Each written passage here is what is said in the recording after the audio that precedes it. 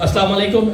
Thank you again, distinguished guest. We really appreciate you guys putting in the effort and time to educate us on a really important topic. So thank you. May Allah reward you for all that you guys have done. So really appreciate it from me. Okay, my question is for Dr. Kashif. Kashif bhai, if you could answer this. How should mental health be approached in a home setting? It's a very good question, like especially for the parents who are new parents and parents having teenagers. If you follow the life from the toddler years to preschool years, you are seeing any behavioral issues or any information from the school which is telling you that your kids are not doing this, not doing that. Teacher meeting is very important for that to figure it out. And when the child is constantly going into these kind of troubles, then it will be the time to ask for an appointment with a counselor or a behavioral specialist.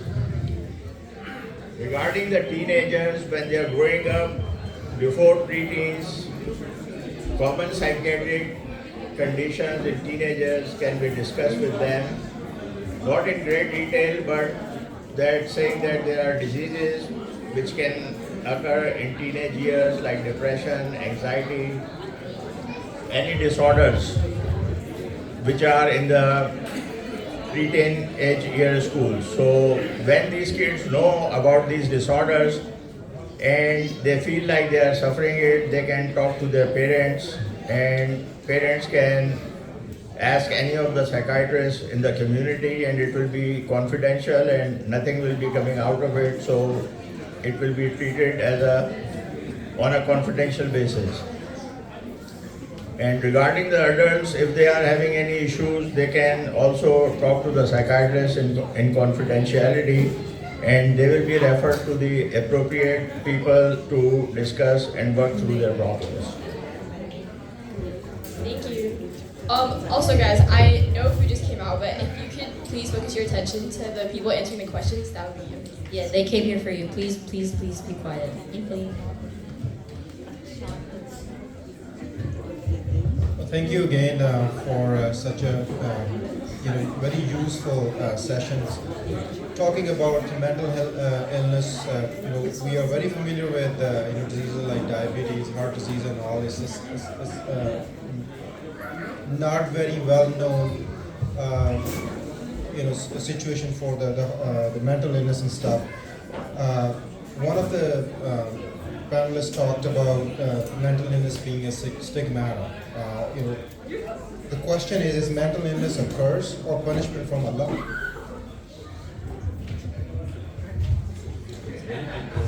It's very easy for people to actually think about a disease or illness being one of the punishment from God. From religious perspective, is it something reasonable to think that mental illness is a curse or punishment from God, or should be taken as one, any other illness? In Quran, Allah says that He is going to test the believers with trials and tribulations, and any kind of illness, poverty, any problems a believer is going through are trials and tribulations.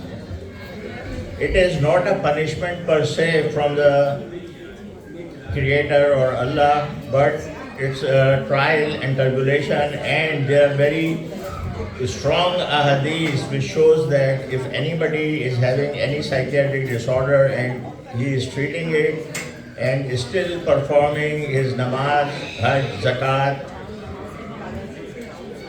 being a part of the community, then the hadith mafhum is that that person is migrating towards the Prophet, peace be upon him. It's a very strong hadith, not very well known by most of the Muslim community, and I think this hadith makes life easier for all the believers.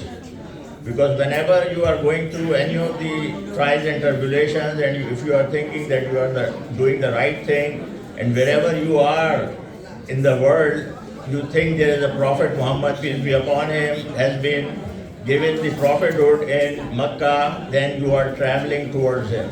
If you think like that, it will make anything easier for you to go through and work through best of your abilities.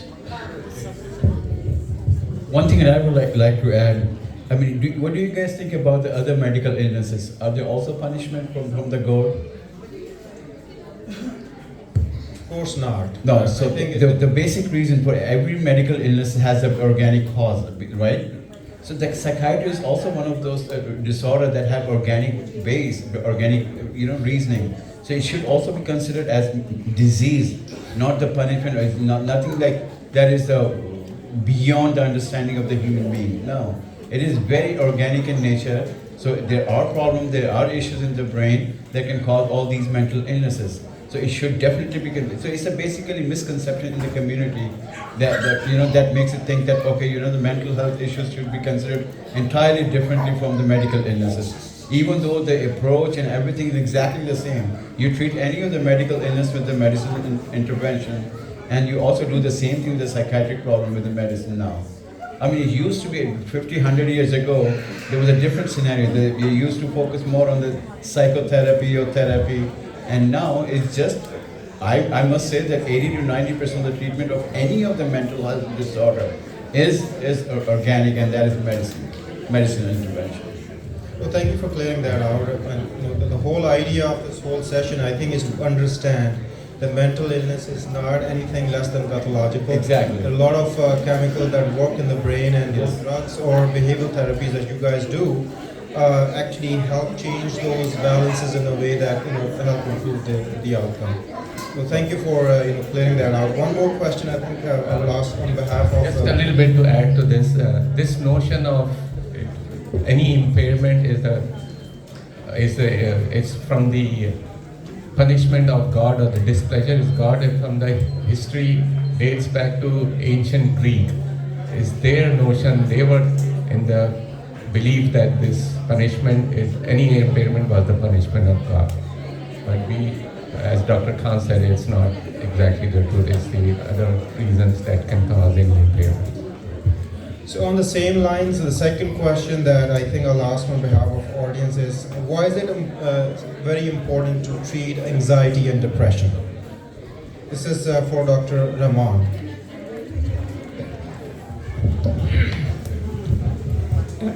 Hello. As in the lecture I said that it causes significant functional impairment, and the functional impairment is in multiple settings. As a student, your grade goes down, you are distressed, and it reflects on your personal life. If you're a professional, you're unable to do your job and earn money. If you're a family man, it impairs your interpersonal relationship with the family members. So there is a significant dysfunction, and that's why it requires to be treated, and it's easily treatable. So a small amount of medication and therapy can relieve all this distress and dysfunction. So that's why it's very important to treat it, recognize it sooner and treat it early. I think that's the. And if you look at the reality, the depression is the second most common cause of the death by suicidality. So it is very, very important that we just not recognize the depression in early stages, but we also treat that right away rather than waiting, because it can definitely, in majority of the people, the suicidality is one of the major concerns that needs to be addressed right away.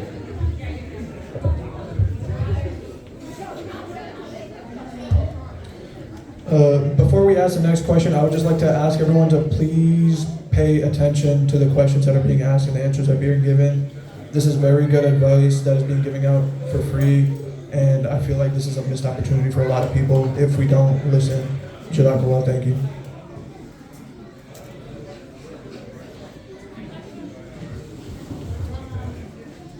Assalamu alaikum. My question is for Dr. Zubera.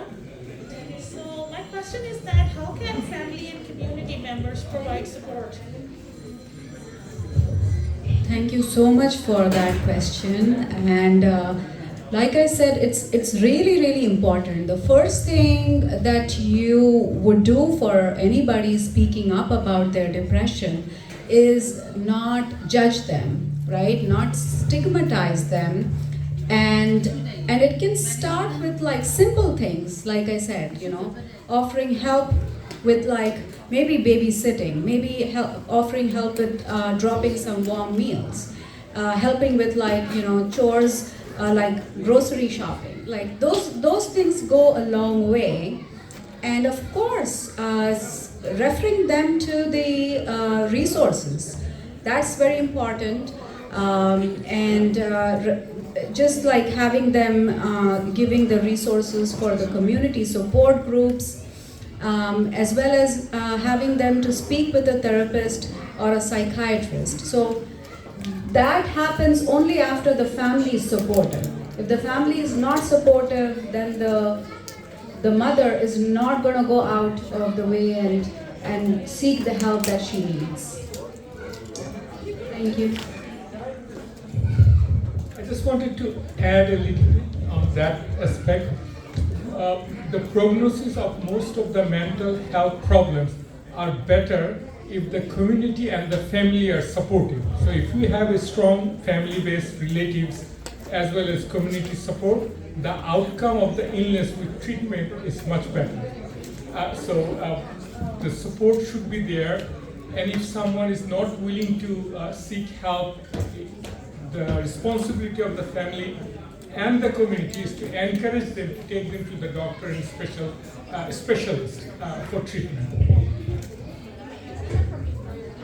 And one more thing to add is that we are really like, all the information is HIPAA compliant.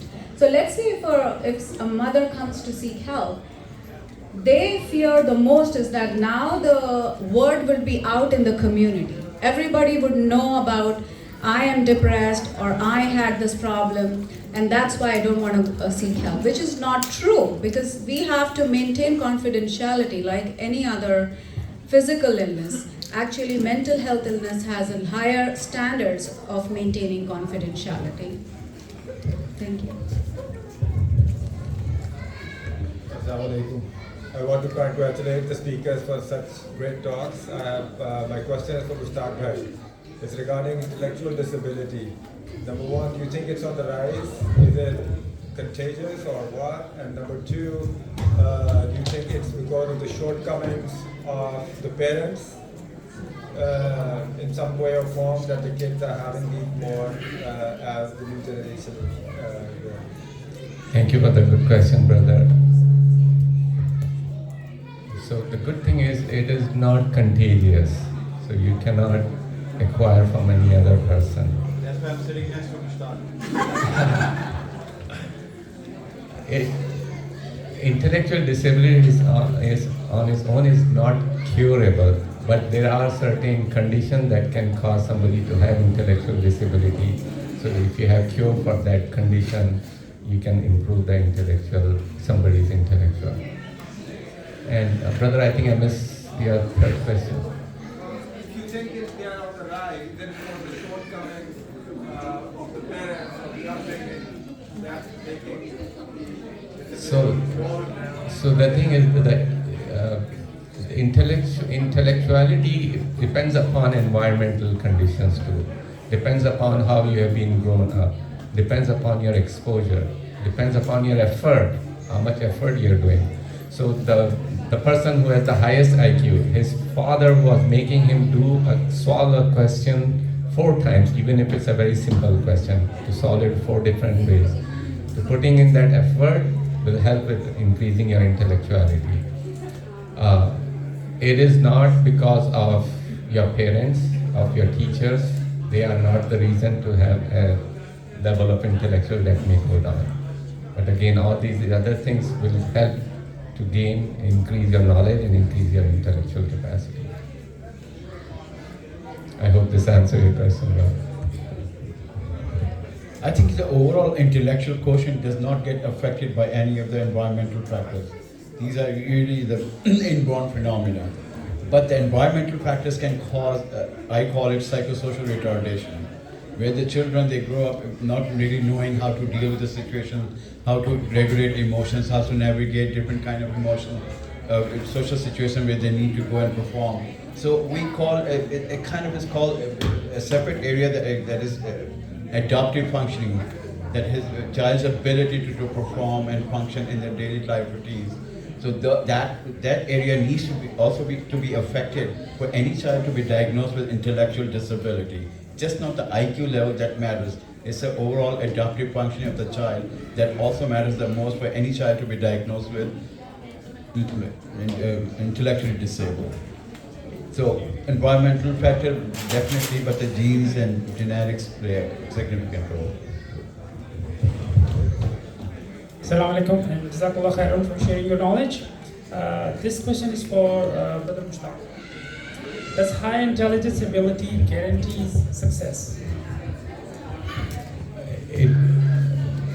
It does provide certain advantages, but many of the intellectually able people do struggle in certain things. For example, interpersonal relationships, emotional regulation, fear of failure, high expectations. So sometimes it's hard to achieve this high expectation and they have the fear of failure. And even though we have people with high intellectuals do certain things that will make things hard for them. I mentioned an example of the living president with the highest IQ, Bill Clinton. President Clinton, जैसा कि आप लोगों को मालूम है, उन्होंने कुछ ऐसी हरकतें की जिसकी वजह से उनको impeachment का reason आ गया था उनकी जब वो गवर्नमेंट में थे. So even with that high intellectual, people do make some mistakes. Second question, for Brother Mushtaq. Are individuals with the high intellectual ability born geniuses?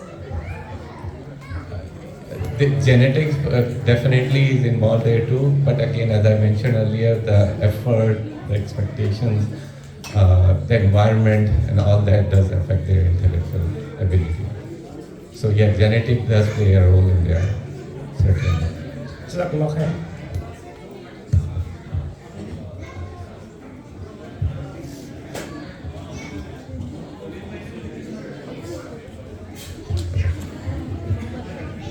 How long can it take to diagnose things like ADHD or OCD? Can you repeat the question again, please? How long can it take to diagnose things like ADHD or OCD? Okay, and so it doesn't take too much long because when you go and see a psychiatrist, and the psychiatrist does his best possible assessment, but that assessment does need to be, include some other people, like teachers are most important, figures that needs to really give their feedback to the psychiatrist, and parents obviously. So as soon as you get these two information from parents as well as teachers, then it becomes very easy for any of the psychiatrists to make a decision whether the child has ADHD or not. So it's not a very long kind of process. It can be just done in a one session, and you just go and see a doctor for one appointment, and that one appointment would be good enough for you to be diagnosed with ADHD. Okay?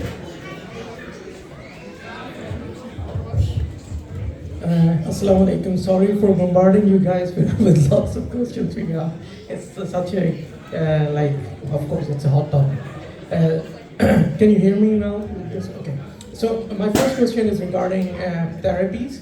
I know that we talked about cognitive behavioral therapy for depression because I'm a pediatrician, so I be in contact with a lot of therapists, and I see that a lot of therapists are doing therapy, kind of talk therapy. They let you ventilate, but they are not expert in cognitive behavioral therapy. That is my I think observation. Second thing, for ADHD, do you as for depression or anxiety, cognitive behavioral therapy is probably the most evidence-based. For ADHD, what kind of therapy do you think is the best therapy? As for example, autism, they have the special something. ABA, yeah, therapy exactly. for autism. Exactly. So this very similar approach is used to control the behavioral symptoms of ADHD. Like they are usually provided with the community-based services where people would go and spend time with them in the classroom setup, where they would help the child to learn how to function, how to behave, how to perceive things and then respond back, how to meet up the expectation. So it's a kind of mechanical intervention that you provide to a child in a most complicated kind of environment. Is there any name for that therapy? It's called Behavioral Health Technician Services, BHT. And it's called Wraparound Services. It's called Intensive Behavioral Rehabilitation Services.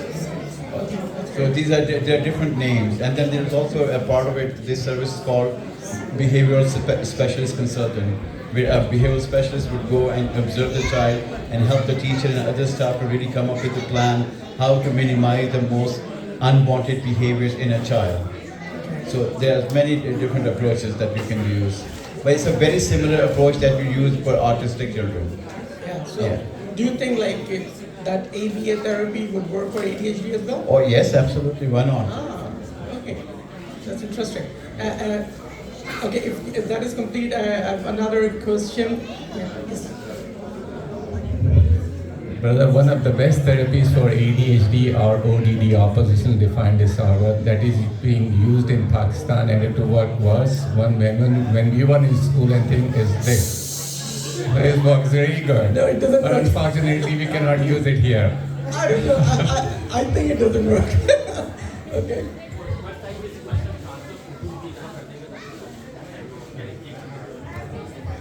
ये मैं कह रहा था कि पाकिस्तान में जो treatment use होती है ADHD और ऑपोजिशन डिफाइंड डिसऑर्डर की, और उसका रिजल्ट भी बहुत अच्छा होता है, वो ये है, लेकिन अनफॉर्चुनेटली हम ये यहाँ नहीं यूज़ कर सकते.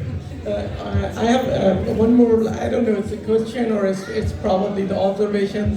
Like sometimes I think that a lot of psychiatric problems have their genetic basis. So the parents, I don't call them guilty of that, but of course parents provides the genes that causes that may be responsible for the psychiatric disease of their child. In addition, the parents, because they have those genes by themselves, they have those illnesses and they are behaving under the influence of those illnesses, and yet they provide the environment around the child that is also pathologic kind of environment. So the child gets like two hits. The one is that he gets it, that gene from the parent. Secondly, if the parents are untreated and they have never been treated, they provide the environment around the child that is also pathologic or sometimes not supportive for their diseases.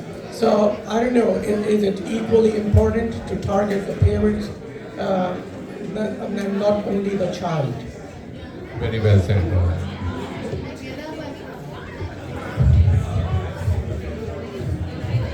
Before we ask the next question, can I ask that please everyone be quiet and pay respect to the people who volunteered their time to be here tonight?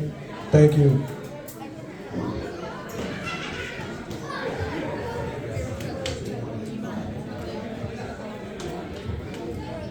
Assalamu alaikum everyone.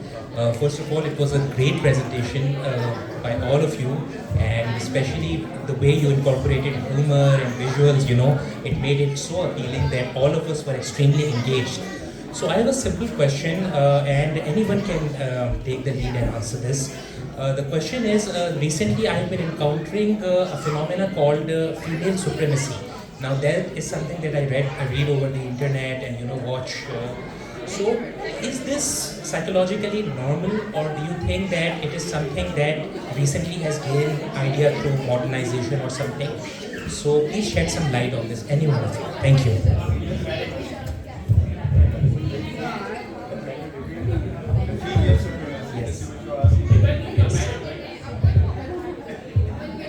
You're asking me this question in a very wrong kind of situation right now, because our wives are sitting right in front of us.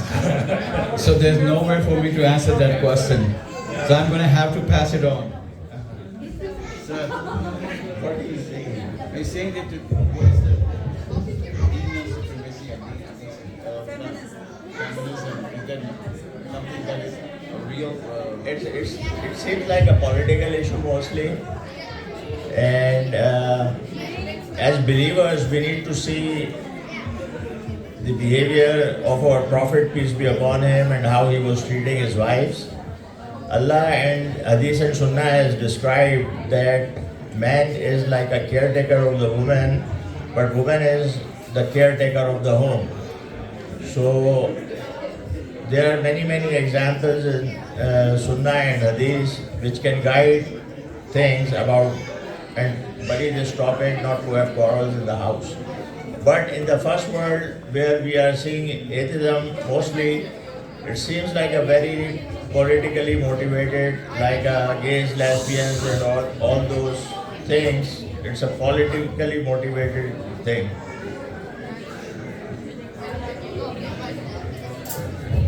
Thank you so much. It was an elaborate description and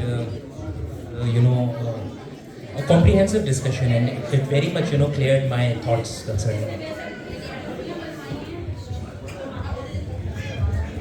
Assalamu alaikum, everybody. Thank you guys. It was a very good presentation by all of you. It was thank you, Jazakallah Khan. But I have a couple questions just for two different people. First question I have is for Brother Mushfiq. What resources are available for the treatment of psychiatric illnesses and substance use disorder? So our area, northeastern Pennsylvania, is blessed with a lot of resources. So we have like almost 4 community mental health center. Ours one is Children's Service Center, where Dr. Khan is the medical director. Then we have Scranton Counseling Center in Scranton, Lackawanna County. Northeast Counseling Center in Nanticoke and Hazleton. We have Burke Center in Tankana. And Children's Service Center has 4 branches, one in Hazleton, one in Wilkes-Barre, one in Honesdale, and another one is Tankana. Then we have Drug and Alcohol Service, Wyoming Valley Drug and Alcohol Service in Kingston, Children's Service Center, Robinson Counseling Center in Wilkes-Barre. Then Geisinger South has their Drug and Alcohol Service. There's another Geisinger facility in Scranton. Then there is Clean Slate, which provides Suboxone service and methadone service, actually Suboxone, not methadone, for opioid use disorder. There is multiple rehab, again in this community. One in Clearbrook, again in Laurel's Run. Then we have Pyramid in Dallas.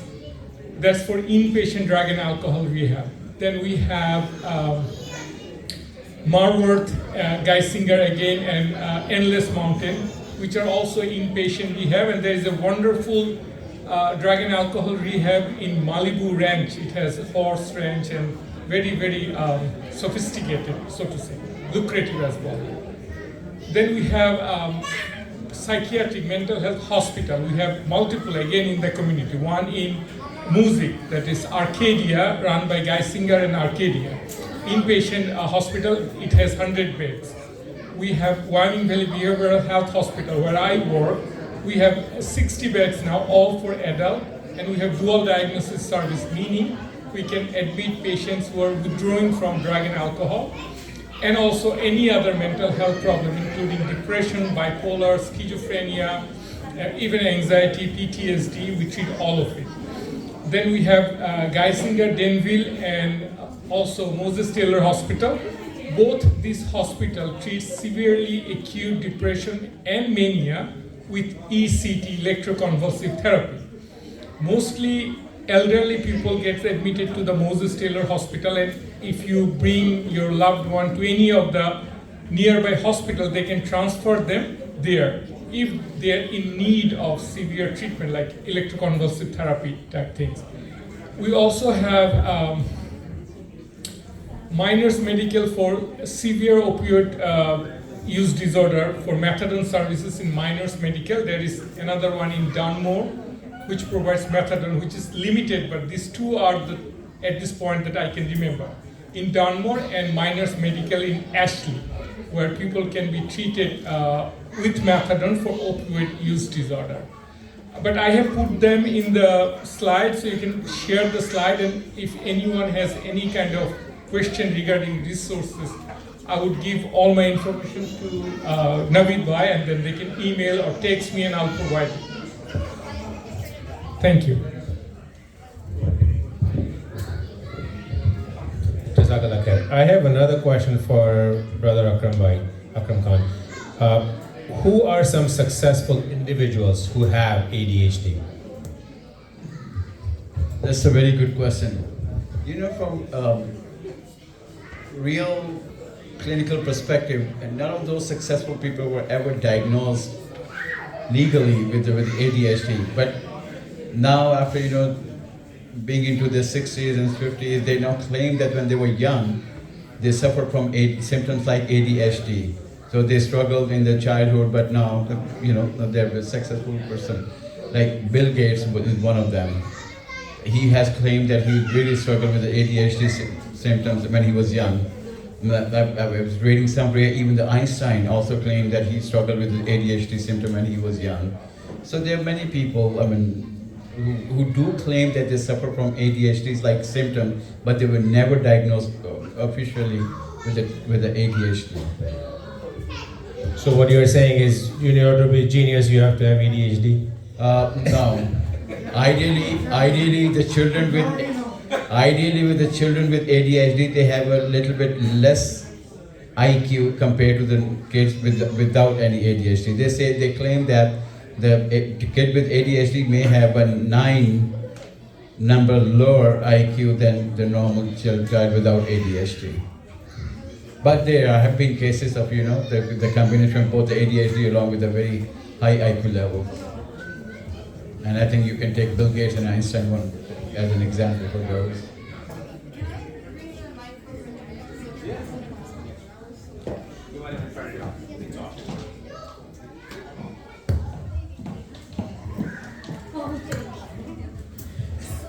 My question was that in pregnant females, when they come and they're having depression, so I saw a patient recently that she was having severe depression during her first trimester, and her OB restarted her medication throughout the pregnancy. Is it safe to do that? Yes, it is absolutely safe to restart the medication. One most important reason is that if you are stable on a particular medication, you have established that you are benefiting from that medication. Now, if you stop it and reintroduce a different medication, the risk is for you, for the child as well, to be exposed to this new medication. So you don't know whether this new medication would work or not. Secondly, there have been lots and lots of studies done in pregnant females with antidepressants, mood stabilizers, which did not have such significant effects on the baby. So that is the reason that all the OBs, everyone suggests that if you are stable on one medication, please go ahead and restart the same medication. I hope that answers your question.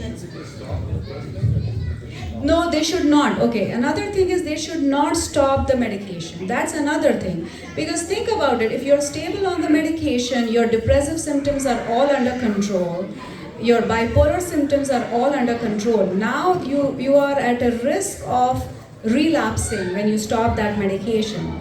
So then the risk is not only to your own mental health, but also to the baby. So that risk is, you are taking that risk when you're stopping the medication. But we can only do it for SSRIs, right?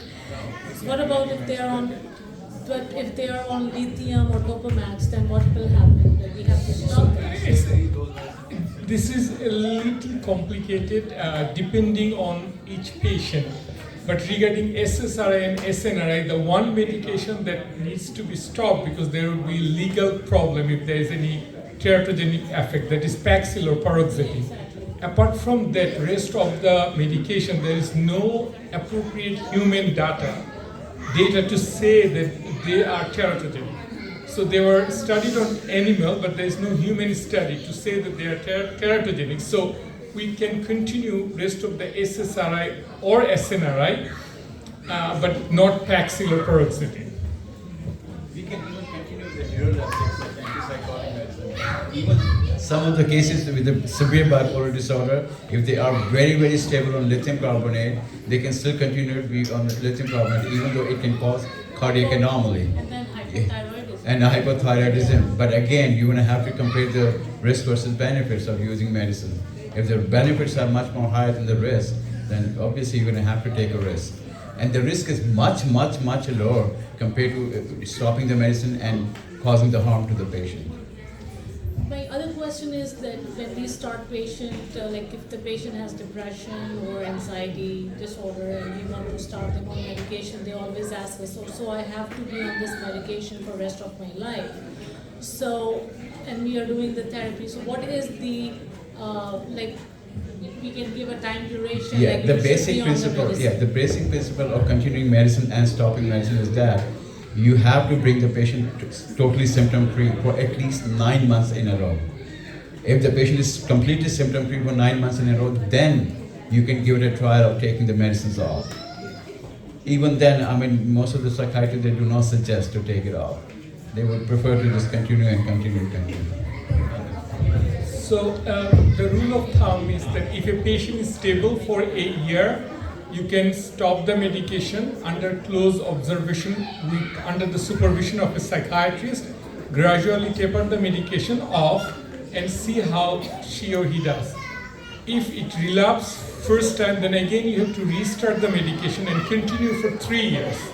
And then if it's completely, the patient is in remission, then you have to, you can gradually taper it off. If it relapses again, then more or less it's confirmed that the patient has to be on that medication for lifelong. And after the relapse, when you try to put the patient back on the same medicine, the chances of it not giving the effectively as much as it was giving before also goes down. Yeah, so since you said that, so the other question is like sometimes when we start the patient on the medication, after like 4 weeks they come back and they say, oh, medicine stopped working. So it usually the SSRIs take time to start to get, work within 2 to 3 weeks, and then at 4 weeks they're coming, can you increase the dose? So what is the right way to increase the dose? Like the time-wise, or what I should be looking in a patient? Do you want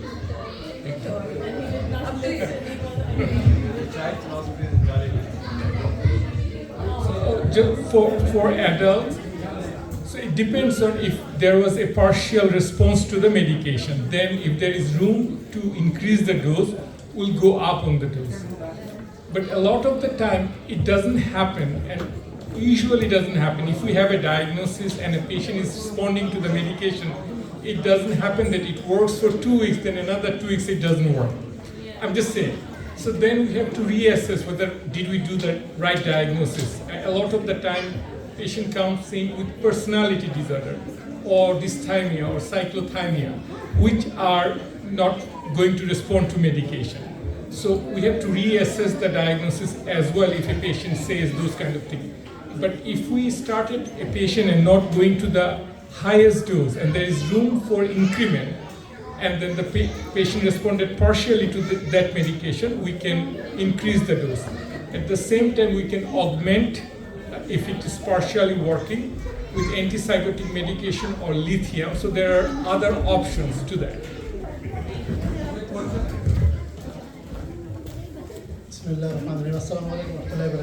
Thank you so much for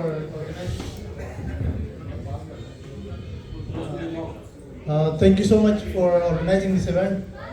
मेरा question ये है कि sir हमने सुना है कि किसी को अगर डिप्रेशन हो जाए और अगर वो मेडिकेशन लेना शुरू कर दे तो मतलब ताहयात उनको मेडिकेशन लेनी पड़ेंगी, और आपने अभी मेरे ख्याल में बोला भी कि उनको बस मेडिकेशन पे होना ही होगा ना अगर उनको डिप्रेशन कंट्रोल करना है तो मतलब बस उनको फिर अगर सही रहना है तो मेडिकेशन पे रहना पड़ेगा, ऐसे ही है। एक ये क्वेश्चन है, और दूसरा जो कि मतलब एक ये क्वेश्चन है ना कि अगर मतलब उनको कंट्रोल करना है डिप्रेशन तो उनको मेडिकेशन पे होना पड़ेगा, एक तो ये क्वेश्चन है। दूसरा ये है कि आपके सामने तो मतलब बहुत सारे पेशेंट्स आए होंगे, उनके मुख्तलिफ किस्म के मतलब प्रॉब्लम्स होंगे। मेरा क्वेश्चन असल में ये है कि आपने कितने पेशेंट्स की ऐसी मतलब ट्रीटमेंट की है कि वो 100% सही हुए हों, تو کوشچن میرا یہ کہ سکسیس ریٹ کیا ہے, مطلب اگر کسی کو ہے پرابلم تو سکسیس ریٹ کیا ہے, یا تو یہ کہ وہ میڈیکیشن پہ رہیں گے اور بس رہیں گے, مطلب. That's a very good question.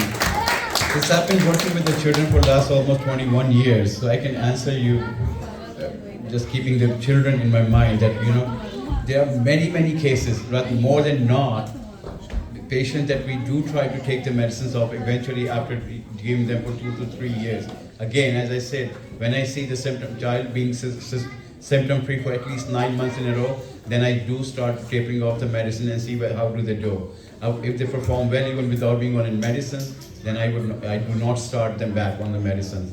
But if they do go back to having depression, yes, we do start the medicine. One of the biggest problems with the depression is just not that it's a very pathological in nature. It is also very situational in nature. There's so many situations that arise in your life that can really put you back in the same depressed or severe depression. So overall, the concept of in my experience, the overall concept is to keep the patient on the antidepressant as long as possible. But that's my philosophy. But I think I cannot.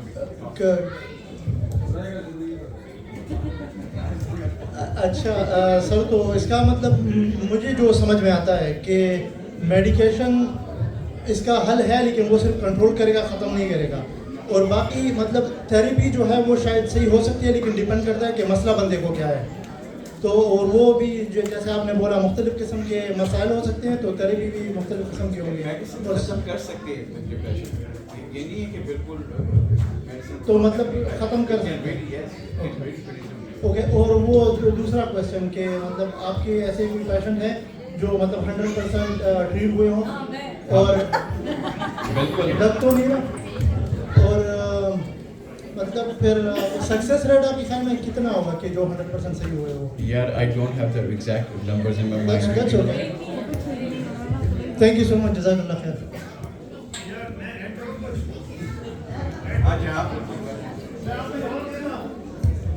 السلام علیکم.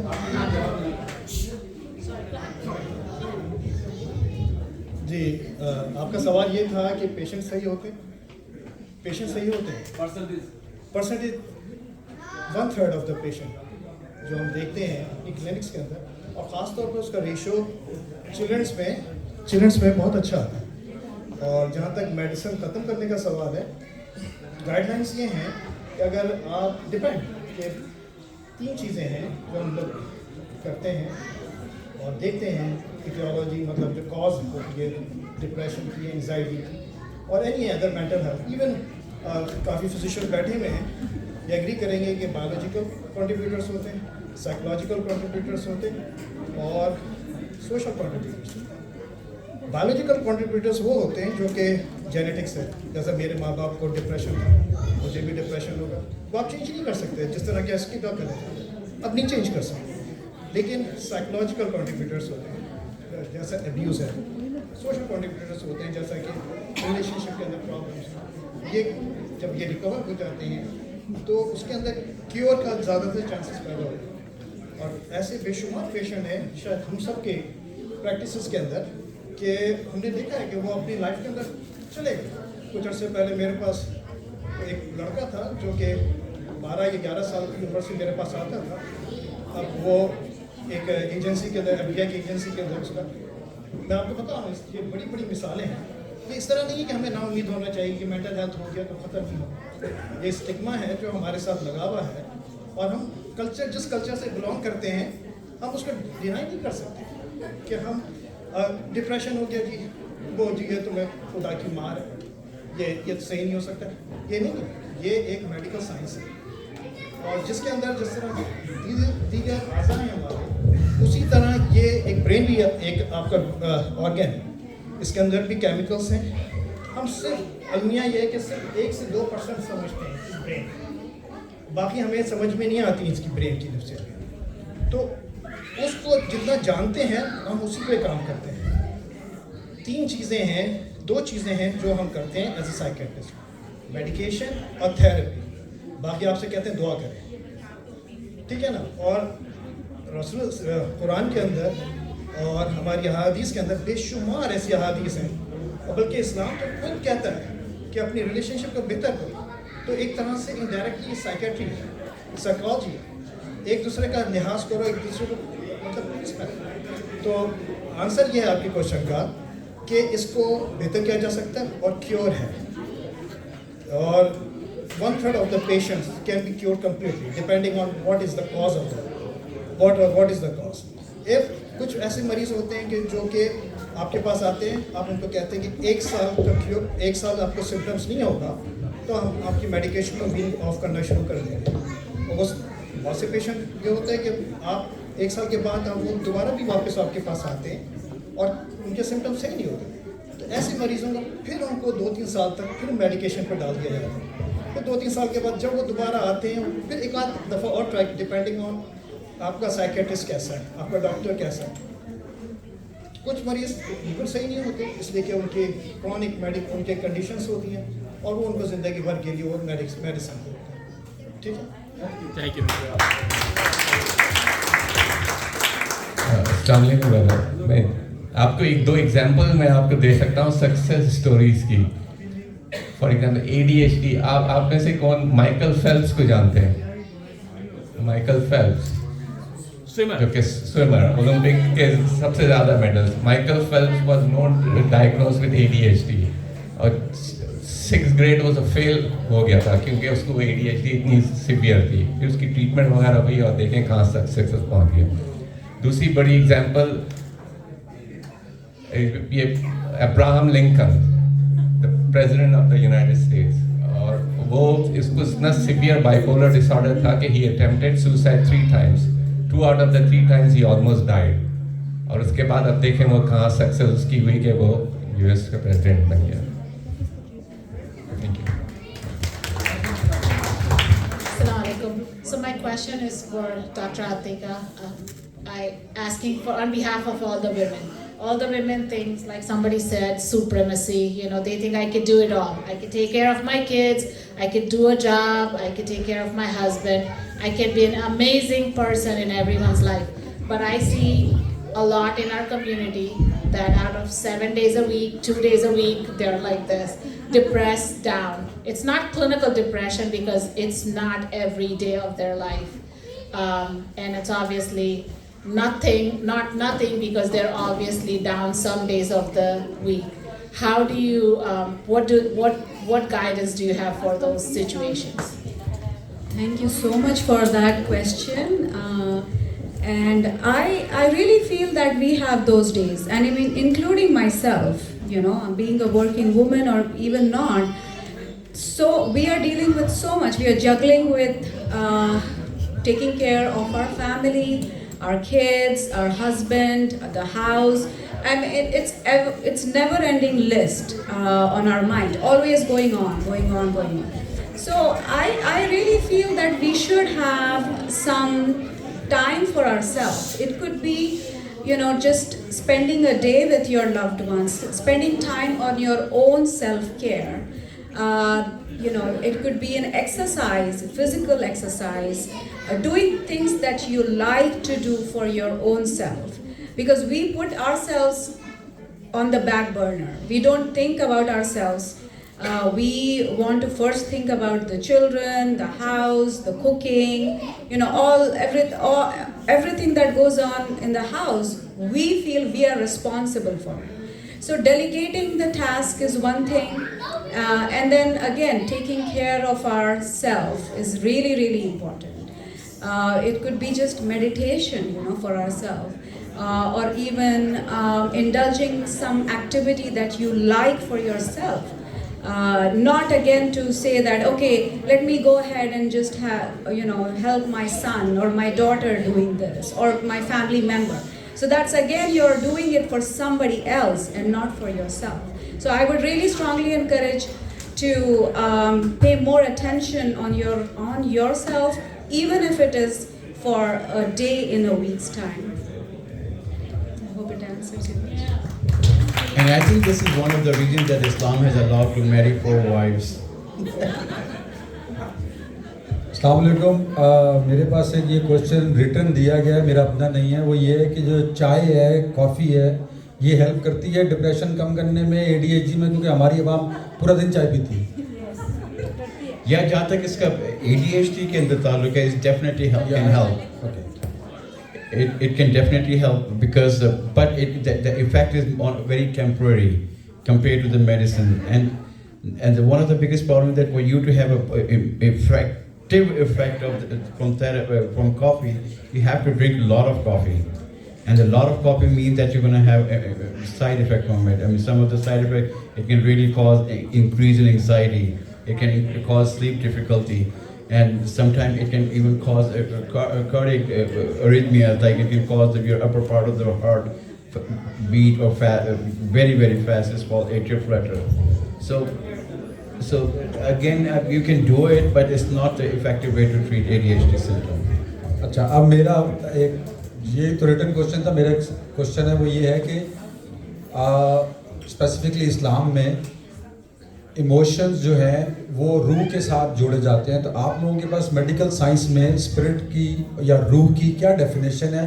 क्या उसका कोई ऐसा कोई scientific कोई conversation, कोई research, कोई चीज़ ऐसी अवेलेबल है जिससे ये कहा जाता है कि रूह के जो इमोशंस हैं उसको कैसे कैटर करते हैं? तो रूह को कैसे डिफाइन करते हैं आप लोग मेडिकल साइंस के अंदर? सॉरी अगर ये थोड़ा मुश्किल क्वेश्चन है, लेकिन है। Yeah, from scientific perspective, I've never seen any connection being described in the literature that, okay, you know, the emotions are very connected to the spirit of the human being. No, it's all very organic, considered as organic, and very pathological, very physiological.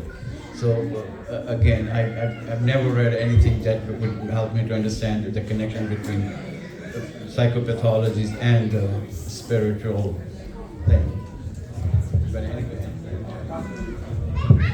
the ruh is Amar Allah, and the body we have without ruh is the animal in us. And both things need perfect harmony, and if the ruh is meeting the requirement of the body and body is meeting the requirement of the ruh by the permissible means which Islam has provided, that will be the best thing. The scientific literature has not shown anything at all so far, and it's very like a dichotomy of religion and science. So they sometimes go in opposite ways. The new theories come, then they disregard the theory, come up with new theories, and it's ongoing since the human beings are living.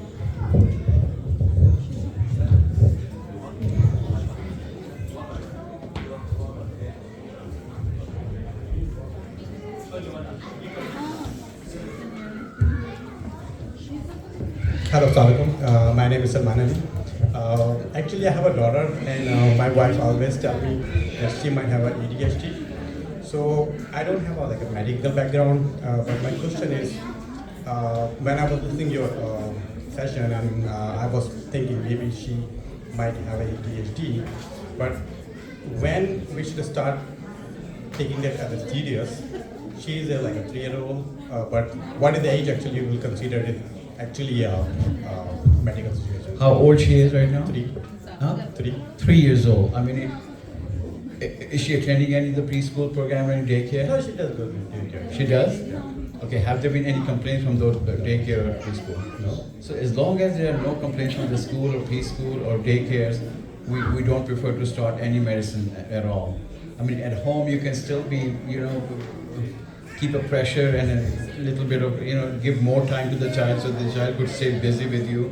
That could be the kind of remedy at home. But as far as medicinal interventions or any significant behavioral interventions are concerned, no, we don't recommend until unless there are problems that are very global in nature. As I mentioned before, that for the diagnosis of ADHD, there have to be a problem in 2 different social situations, just not in one situation. If the problems are just at home, based on the problem at home, we cannot diagnose a child with ADHD. The problem have to occur in the school setup or daycare setup or preschool setup along with the home. So then you can diagnose with ADHD. And the second thing, even if the child has problems, ADHD problem in the school or preschool, if the child is still very manageable by the staff over there, that is also one of the reasons that we do not recommend any kind of, especially the medicine intervention.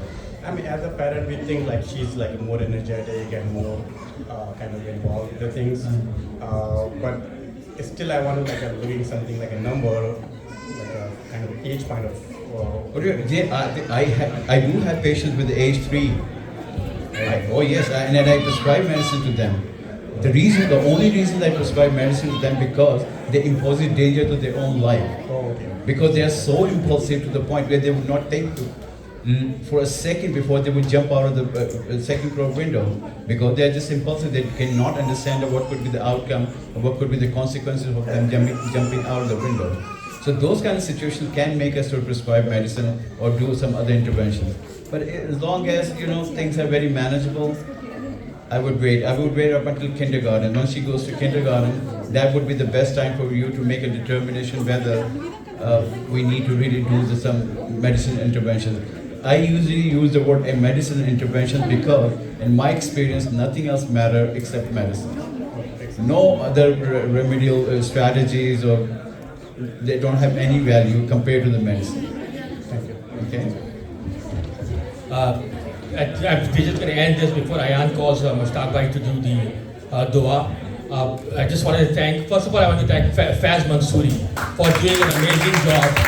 To be honest, we weren't anticipating this many people to come here. And just looking at the QA session, I know मैंने आप लोगों को promise किया था 10 minute का QA session होगा, but it tells you that the entire community is in need of programs like these. And I hope Allah Ta'ala rewards you, all 5 of you, for taking your time. I know it took a lot of energy and time from you guys to prepare the slides and then take all these questions. May Allah reward you for that. And I personally and the entire MAB organization is really grateful to you guys for doing this for us. So thank you very much. Thank you.